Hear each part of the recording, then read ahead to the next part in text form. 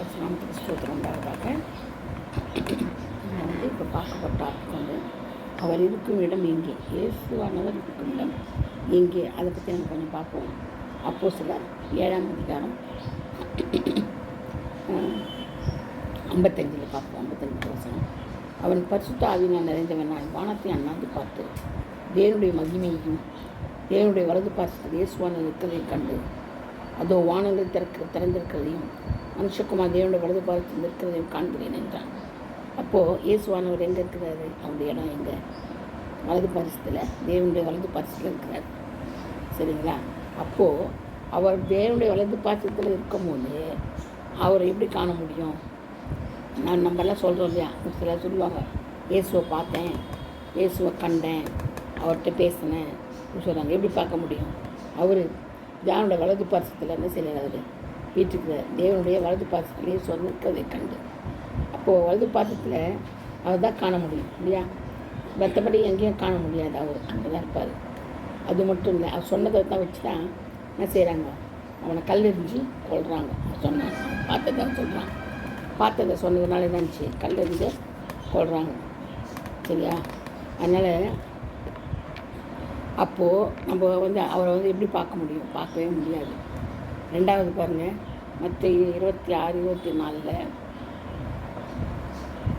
மத்தேயு 26, 24 அங்கே என்ன சொல்ல கற்றுக்குதுன்னா, நம்ம வசனத்தை நான் குறிப்பாக சொல்கிறேன், நீங்கள் அதை கொஞ்சம் தியானிக்கணும், நீங்கள் பார்த்துக்கணும். ஏன்னா ஒவ்வொன்றா மழுக்கத்துக்குள்ளே நேரம் ஆகிடும். படிக்கிறவங்களுக்கு நமக்கு இல்லை. அதனால் நீங்கள் நான் சொல்கிறத நீங்கள் பார்த்துக்கோங்க. 24வது வசனம், 26, 24 மத்தேயு. மனுஷகுமாரன் தம்மை குறித்து எழுதியிருக்கிறபடியே போகிறார். ஆளும் எந்த மனுஷனால் மனுஷகுமாரன் காட்டி கொடுக்கப்பட்டாரோ அந்த மனுஷன் கையோ, அந்த மனுஷன் பிறவாது இருந்தால் அவனுக்கு நலமாக இருக்கும் அந்த. அப்போ பாருங்கள், காட்டி கொடுத்த மனுஷன் யூதாஸ்காரியர் இல்லையா, அவன் எப்படி வந்தாரோ அப்படி தான் போயிருக்கிறார். தம்மை குறித்து எழுதியிருக்கிறபடியே போகிறார். அப்போ முதல்ல அவரை குறித்து என்னாச்சு, சாட்சி சொல்லப்பட்டது. பழைய ஏற்பாட்டிலையும் சரி, புதிய ஏற்பாட்டிலையும் சரி. ஏன்னா அவர் என்ன செய்வார், மறித்து 3ஆம் நாள் உயிர் தெழுவார்ன்ட்டு அங்கே ஏசாயாலும் சொல்லப்பட்டுச்சு. பழைய ஏற்பாட்டில் சொல்லியிருக்குது, புதிய ஏற்பாட்டிலையும் சொல்லப்பட்டிருக்குது. அதனால் அவர் எங்கே இருக்கிறார்? இப்போது இதாக வலது பாசத்தில் விட்டுருக்கிறாரு. அதனால் அவங்க காட்டி கொடுத்ததுனால தான் அவர் இறந்து போனார்னு கிடையாது. ஏன்னா இந்த திக்கு தரிசனம் எல்லாம் ஏற்கனவே சொல்லப்பட்டிருக்குது, அவர் காட்டி கொடுக்கப்படுவார் அப்படின்ட்டு. ஆனாலும் அந்த மனுஷனுக்கு ஐயோ அப்படின்னு சொல்கிறாங்க. சரிங்களா? அதே மாதிரி பாருங்கள், லூக்கா 22, 63, எபிரேயர் 1:3, எரேமியா 10:24 கூட சொல்லப்பட்டிருக்குது. அது மட்டும் இல்லை, எபிரேயர் 5:7 கூட சொல்லப்பட்டிருக்குது. 5:7 சொல்லப்பட்டிருக்குது.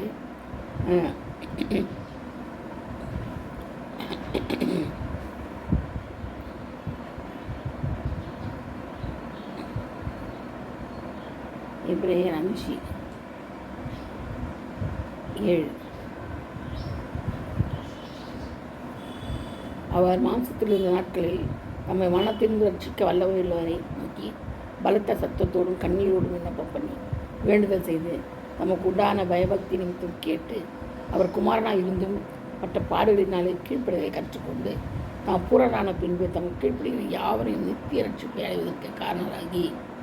பார்த்தீங்களா? என்ன சொல்கிறது? கீழ்ப்படுதல் ரட்சிக்கப்பட்டு நித்திய ரட்சிப்பு அடைவதற்கு நாங்கள் கீழ்ப்படுதல் வேணும். கீழ்ப்படுதல் இல்லாமல் ஒன்றுமே பண்ண முடியாது. அதனால் மேல்கிட்ட செய்த முறைமைப்படி பிரதான ஆசாரியர் தேவனாலே நாமும் தரிக்கப்பட்டார். குமாரனாக இருந்து பாடுகள் பற்றினால கீழ்ப்படுதல் கற்றுக்கொண்டார். அவர் எவ்வளோ பாடுகள் அனுபவித்தார், அவ்வளோ பாடுகளுக்கு என்ன கற்றுக்கொண்டார்? கீழ்ப்படுதலை கற்றுக்கொண்டார். மாம்சத்து நாட்களில் மரணத்தின் ரட்சிக்க வல்லமையை நோக்கி பலத்த சத்தத்தோடும் கண்ணீரோடும் விண்ணப்பம் பண்ணி வேண்டுதல் செய்யணும்னா அது பயமுத்தி நம்ம கேட்டு. அப்போது அவர் எங்கே இருக்கிறாரு? இப்போ படிக்கிறது எல்லாமே நம்ம தேவன் எங்கே இருக்கிறாரு, எப்படி இருக்கிறாரு, எதுக்காக என்ன பண்ணிக்கிட்டு இருக்கிறாரு பாருங்கள் இல்லையா? கீழ்ப்படுகிறார். கீழ்ப்படுதல் நிமித்தம் பூரணாகும். நம்ம பூரணாகும்படி தேவனால் நாம் தரிக்கப்பட்டார் எல்லாம் சொல்லப்பட்டிருக்குது. அவ்வளோ பெரிய தேவன் எப்படி பார்க்க முடியும்? எப்படி என்ன பேச முடியும்? நம்ம இஷ்டத்துக்கு எதுவுமே பண்ணவே முடியாது. சரிங்களா? அதனால் பூர்ண வயதுள்ளவர்களுக்கே தகும். அந்த பலமான ஆகார நன்மை தீமை என்னதுங்கிற பயிற்சினால் அப்படி தெரியத்தக்கதாக மோய்ச்சி ஞானோதய தீவியங்களே உடையவர்களாகிய பூர்ண வயதில் கேட்டு நம்ம ஒன்றுக்கு நமக்கு எதுவுமே தெரியாது, நமக்கு எதுவும் தெரியாது, நம்ம சொன்னால் நம்மளுக்கு புரியாது. சரிங்களா? அதே போல் பாருங்கள், 1 பேதுரு 3:18 சொல்லப்பட்டிருக்குது. 1 பேதுரு 3:18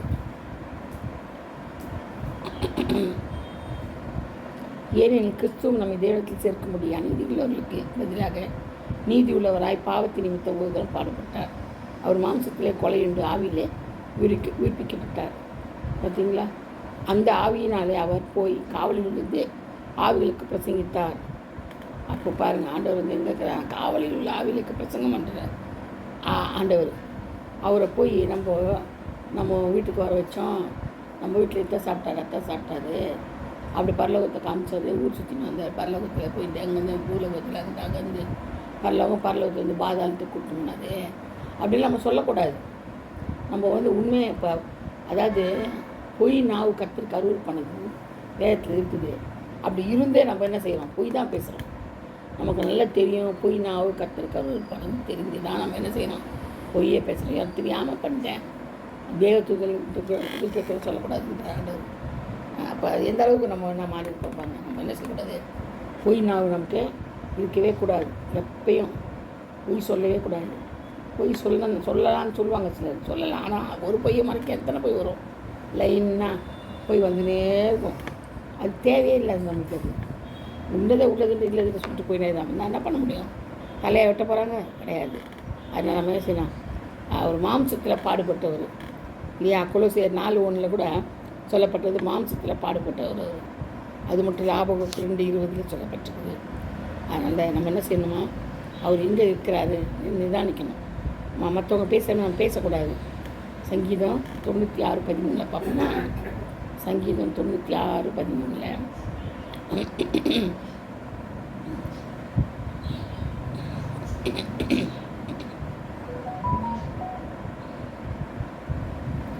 96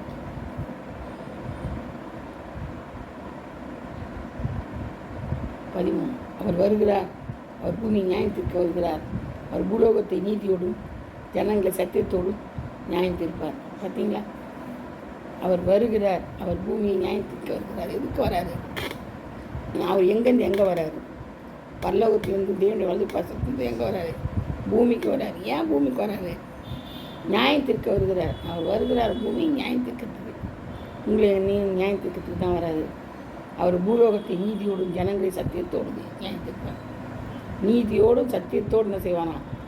ஜனங்களையும் நியாயத்தோடு சத்தியத்தோடு நியாயத்திற்பார். பார்த்தீங்களா? அப்படியேப்பட்ட தெய்வத்தை நம்ம வச்சுக்கிட்டு நம்ம என்ன மாதிரி மலமாக ஜீவிக்கணும். ஒவ்வொரு நாளிலும் ஜீவிக்கிற மனசாட்சி நம்மளுக்கு குத்தணும். தேவ பயம் நமக்குள்ளே இருக்கணும். நம்ம செய்யறது ஒன்று ஆண்டவரை கேட்டு தான் செய்யணும். எதையும் கேட்காம நம்ம துணிகரமாக செய்யவே கூடாது. சரிங்களா? அது வந்து பெரிய பாவம். ஏன்னா அவருக்காகவே தான் நம்மளுக்காக தான் அவர் உயிர் கொடுத்தார். நமக்காகவே தான் அவர் ஜீவனை கொடுத்துருந்தாங்க. நமக்காகவே அவர் வாழ்ந்தார். நம்மளுடைய பாடுகள், மரண கண்ணிகள், வியாதிகள், என்ன சொல்கிறது, தீராத வியாதி, மரணத்துக்கு அதுவான வியாதி, பாவங்கள், மிகப்பெரிய பாவங்கள் எல்லாவற்றையும் தாமேல சுமந்து சிலுவையில் சுமந்து நமக்காக அவர் வந்தார். அந்த சிலுவையில் சுமந்து என்ன செய்யறது? 3ஆம் நாள் நமக்காக உயிரை கொடுத்து எழுந்தார். இப்போ அப்படியாப்பட்ட தேவனுக்கு நம்ம எப்படி இருக்கணும்? நம்மளால் உயிரை கொடுக்க முடியுமா? கொடுக்க முடியாது. இல்லை சொல்லுவாங்க அவர் தெய்வங்க, அவர் கொடுப்பாரு, நம்மளால் கொடுக்க முடியாது. அப்படி கிடையாது. அவர் தெய்வம் கிடையாது. அவர் ஒரு மனுஷனாக பிறந்து மனுஷனாக வாழ்ந்து மனுஷனாக ஜீவித்து மனுஷனுக்குரிய எல்லா சகல பாடுகளையும் அனுபவிச்சு தான் அவர் என்ன செய்தார்? தெய்வமானார். நேரம் பறக்கும் போதே நேரம் தெய்வம் வந்து பறக்கலை. நமக்குரிய எல்லா கஷ்ட நஷ்டங்கள், எல்லாம் வியாதிகள், மரண கண்ணிகள், எல்லாமே வலிகள், வேதனைகள், தூக்கம் இல்லாது, பசி கூட இருந்தது, எல்லாமே இருந்தது. நம்மளை போலவே தான் அவரும் வாழ்ந்தார் உலகத்தில். அப்போ நம்மளுக்கு இருக்கிற ஃபீலிங் எல்லாம் அவருக்கு இருக்குது. அவரு நான் ஜன மாதிரியாக இருக்க முடியும்?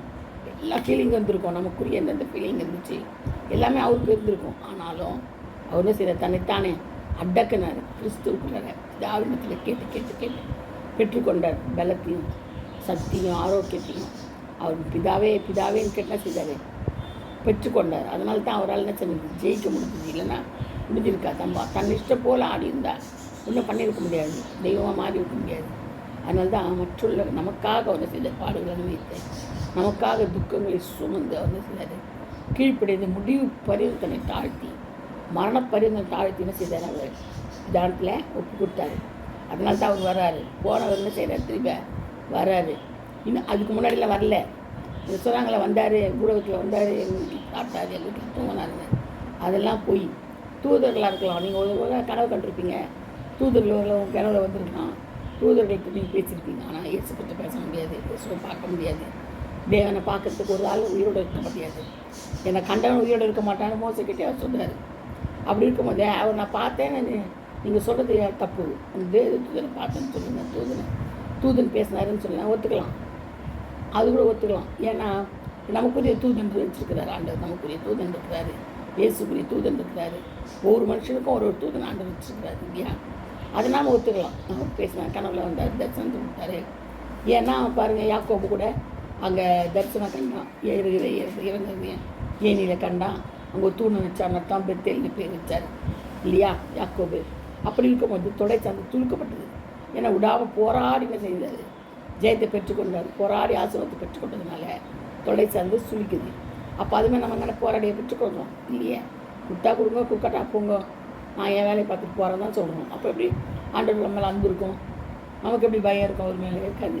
நம்ம எவ்வளோத்துக்கு எவ்வளோ ஆண்டவர் நெருங்குறோமோ, எவ்வளோத்துக்கு அவர் ஆண்டவர் உண்மை நம்ம நினைக்கிறோமோ, எவ்வளோத்துக்கு அவர் நம்மளுக்கு அவர் தேவை, அவர் உண்மையாகவே நமக்கு தேவை தான், அவர் இல்லாமல் நம்மளால் இருக்க முடியாது அப்படின்னு நம்ம விசுவாசிக்கிறோமோ, அப்போ தான் ஆண்டவர் நம்மகிட்ட நெருங்குவார் இல்லையா? அப்போ தான் புத்திர சுவீகாரம் கிடைக்கும். அப்பா பிதாவே புத்திர சுவீகாரத்தை அப்போ தான் கொடுப்பாரு.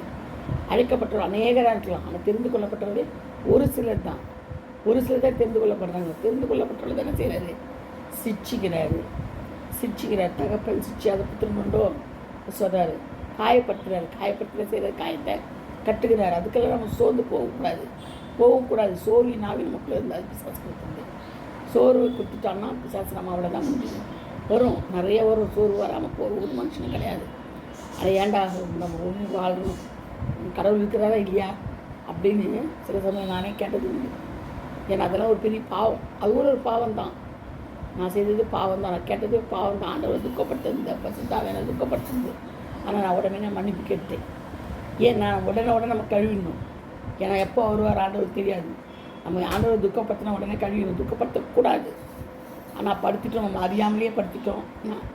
அறியாமல் செஞ்சோம்னு சொல்லக்கூடாது, தூங்குற பற்றியிலன்னு சொல்லப்பட்டது. அப்போ பாருங்கள் நம்ம எப்படி தான் ஜீவிக்கிறது யோசிச்சு பண்ணி பாருங்கள். அந்த அளவுக்கு நம்மக்கிட்ட ஆண்டவர் செய்தார். பரிசுத்தத்தை விரும்புகிறார். பரிசுத்தம் உள்ளவன் தான் ஆண்டவர் விரும்புகிறார். நான் பரிசுத்தராக இருக்க நீங்கள் என்ன செய்யணும், பரிசுத்தராக இருக்கணும்னு அவர் நினைக்கிறாரு. அப்போ நம்ம என்ன செய்யணும், பரிசுத்தமாக ஜீவிக்கிறதுக்கு பிரயாசம் பண்ணணும். என்னால் முடியாதுப்பா, ஐயோ ஆண்டவர் இருப்பார், அவர் கடவுள் இருந்தார், நம்மளால் இருக்கு, அப்படி கிடையாது. என்னிலும் அதிக கிரிகள் செய்வேன்னு சொல்கிறார் ஆண்டவர். அவர் சொல்லாதது என்ன, அவர் அதை சொல்கிறார், என்னெல்லாம் அதிக கிரிகள் நீங்கள் செய்வீங்கன்றார். அப்போ பாருங்கள், ஆண்டவர் வந்து பெரியவர், நீதிபரர், நீதி நியாயங்களை வழிவகுக்கிறவர், நீதி செய்கிறவர், நியாயத்தை இருக்கிறவர். அவர் தான் அப்போ போனவர், திருத்து கொல்லப்பட்டவர். எப்போ வராரு, நியாயத்திற்கு தான் வராரு. அவர் வருகிறார், பூமியை நியாயத்திற்கு வருகிறார். அவர் பூலோகத்தை நீதியோடும் ஜனங்கள் சத்தியத்தோடும் நியாயத்திற்கிறார். சத்தியம் யார் சத்தியம்?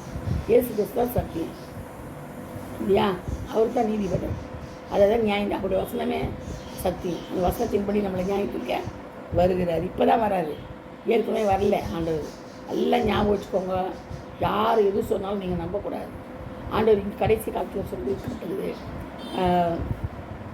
ஓனாய் போல் என்ன செய்வாங்களாம், ஒரு தோல் கொடுத்துட்டு வருவாங்களாம் ஓனாய் போல். ஏசு இங்கே இருக்கிறார், அங்கே இருக்க வந்துட்டாங்க, 2 பேர் வந்துட்டாங்க. ஆனால் நிலை நிறுத்தலை, போயிட்டாங்க. ஆனால் இப்போ வர்றவங்க என்ன செய்வாங்க, ஆண்டவர் போல் நான் எங்கள் ஆண்டவர் இங்கே இருக்கிறாரு, ஆண்டவர் அங்கே இருக்கிறாரு, ஆண்டவர் பேசினார், ஆண்டவர் கூப்பிட்டாருன்னு சொல்லுவாங்க. இதெல்லாம் போய் நம்பாதீங்க. வேதத்தை படிங்க, தியானிங்க. வசனம் ஒவ்வொன்றும் ஆணித்தரமாக இருக்குது, அதை அபியாசப்பட்டுங்க. வேதமே நம்முடைய மனமகிழ்ச்சியாக இருக்கணும், கால்களுக்கு தீபமாக இருக்கணும் இல்லையா? வேத வசனம் ஒன்று நம்மளை நியாயத்திருக்கணும், வேத வசனத்தில் நம்ம நடக்கணும், வாக்குத்தத்தத்தை வச்சு நம்ம ஜெபிக்கணும், இரவும் பகலும் வாக்குத்தத்தை ஜெபிக்கணும், அவரோட ஐக்கியமாக இருக்கணும், அவர் பிரியபடி நடக்கணும். இயேசு போதுமானவராக நமக்கு இருக்கணும். நமக்கு நம்ம வந்து அவர் நம்மளை நினைக்கிறதுக்கூடிய ஏமாத்திரம் மனிதனை நினைக்கிறதுக்கு நீ ஏமாத்திரம் கேள்விப்பட்டது.